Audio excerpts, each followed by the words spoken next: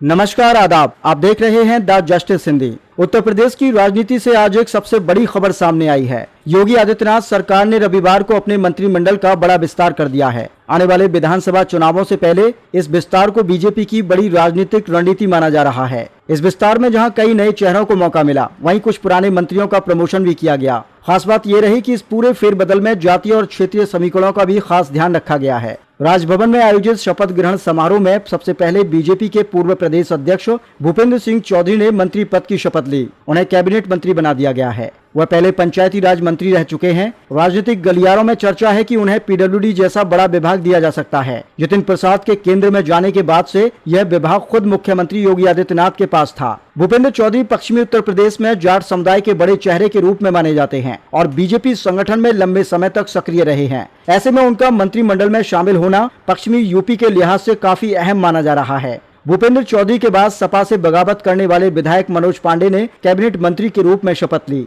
मनोज पांडे लंबे समय तक समाजवादी पार्टी के बड़े ब्राह्मण चेहरों में गिने जाते थे, लेकिन राज्यसभा चुनाव से पहले उन्होंने सपा से दूरी बना ली थी। अब योगी सरकार में उन्हें कैबिनेट मंत्री बनाकर बीजेपी ने साफ संदेश दिया है कि पार्टी विपक्ष के बड़े नेताओं को भी अपने साथ जोड़ने में लगी हुई है। राजनीतिक विश्लेषक इसे ब्राह्मण वोट बैंक को साधने की कोशिश भी मान रहे हैं। इसके बाद दो मौजूदा राज्य मंत्रियों को प्रमोशन किया गया। कानपुर देहात की सिकंदरा सीट से विधायक अजीत सिंह पाल और मेरठ दक्षिण से विधायक सोमेंद्र तोमर को अब राज्य मंत्री स्वतंत्र प्रभार बनाया गया है। दोनों पहले से सरकार में शामिल थे, लेकिन अब उनकी जिम्मेदारियां बढ़ा दी गई हैं। बीजेपी ने इस फैसले के जरिए ओबीसी और पश्चिमी यूपी के समीकरणों को मजबूत करने की कोशिश की है। इसके बाद 4 नए नेताओं ने राज्य मंत्री के रूप में शपथ ली। इनमें फतेहपुर की खाका सीट से विधायक कृष्णा पासवान, कन्नौज के तिरवा से विधायक कैलाश सिंह राजपूत, अलीगढ़ की खैर सीट से विधायक सुरेंद्र सिंह दिलेर और वाराणसी बीजेपी के जिला अध्यक्ष और विधान परिषद सदस्य हंसराज विश्वकर्मा शामिल हैं। शपथ ग्रहण समारोह में सबसे ज्यादा चर्चा कृष्णा पासवान की रही। कृष्णा पासवान राधे राधे लिखा हुआ पटका पहनकर समारोह में पहुंची।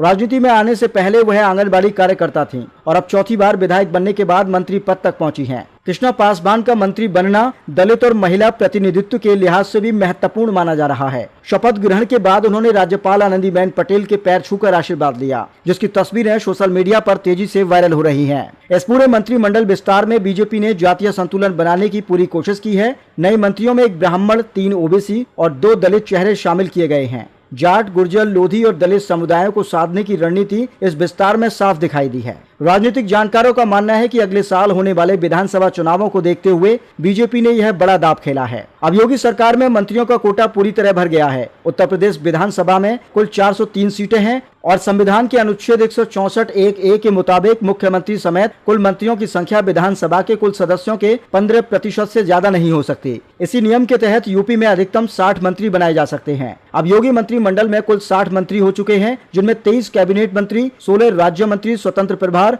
और 21 राज्य मंत्री शामिल हैं। हालांकि इस मंत्रिमंडल विस्तार को लेकर विपक्ष ने सरकार पर तीखे सवाल उठाए हैं। समाजवादी पार्टी के अध्यक्ष और पूर्व मुख्यमंत्री अखिलेश यादव ने सोशल मीडिया प्लेटफॉर्म एक्स पर लगातार कई पोस्ट कर बीजेपी और मुख्यमंत्री योगी आदित्यनाथ पर निशाना साधा। अखिलेश यादव ने कहा कि आखिर सिर्फ 9 महीने पहले चुनाव से पहले मंत्री क्या कर लेंगे, जब सरकार 9 साल में कुछ खास नहीं कर पाई। उन्होंने तंज कसते हुए कहा कि यूपी में कैबिनेट विस्तार हो रहा है या मुख्यमंत्री की शक्तियों का कटाव छटाव हो रहा है। अखिलेश यादव ने यह भी कहा कि दूसरी पार्टियों से आए नेताओं को मंत्री पद देकर बीजेपी सिर्फ राजनीतिक समीकरण साध रही है। उन्होंने सवाल उठाया कि जिन मंत्रियों के विभाग कम किए जाएंगे, क्या इससे जनता में यह संदेश नहीं जाएगा कि वे मंत्री नाकाम थे। अखिलेश यादव ने महिलाओं को अधिक प्रतिनिधित्व देने की भी मांग की और कहा कि मंत्रिमंडल विस्तार में महिलाओं को आरक्षण मिलना चाहिए था। इतना ही नहीं, अखिलेश यादव ने एक और पोस्ट में तंज कसते हुए लिखा कि बीजेपी राज में मुख्यमंत्री का मतलब सिर्फ कोरियर मैसेंजर रह गया है। उन्होंने कहा कि ऊपर से पर्ची आएगी और यहाँ सिर्फ उसे पढ़ा जाएगा। अपने पोस्ट में अखिलेश यादव ने लालच, स्वार्थ और राजनीति को लेकर लंबा संदेश भी लिखा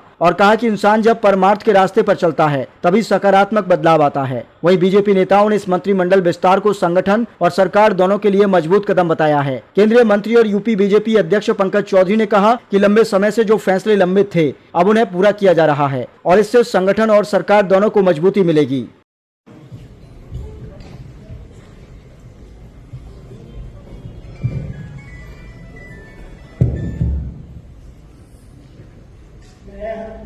मैं भूपेंद्र सिंह ईश्वर की शपथ लेता हूं कि विधि द्वारा स्थापित भारत के संविधान के प्रति सच्ची श्रद्धा और निष्ठा रखूंगा।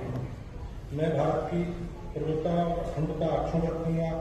मैं उत्तर प्रदेश राज्य के मंत्री के रूप में अपने कर्तव्यों का श्रद्धापूर्वक और शुद्ध अंतःकरण से निर्वहन करूंगा तथा मैं भय या पक्षपात, अनुराग या देश के बिना सभी प्रकार के लोगों के प्रति संविधान विधि के अनुसार न्याय करूंगा। मैं भूपेंद्र सिंह ईश्वर की शपथ लेता हूं कि जो विषय उत्तर प्रदेश राज्य के मंत्री के रूप में मेरे विचार के लिए लाया जाएगा अथवा मुझे ज्ञात होगा, उसे किसी व्यक्ति या व्यक्तियों को तब के सिवा जबकि ऐसे मंत्री के रूप में अपने कर्तव्यों के समय निर्वहन के लिए ऐसा करना अपेक्षित हो, मैं प्रत्यक्ष अथवा अप्रत्यक्ष रूप से संसूचित या प्रकट नहीं करूंगा।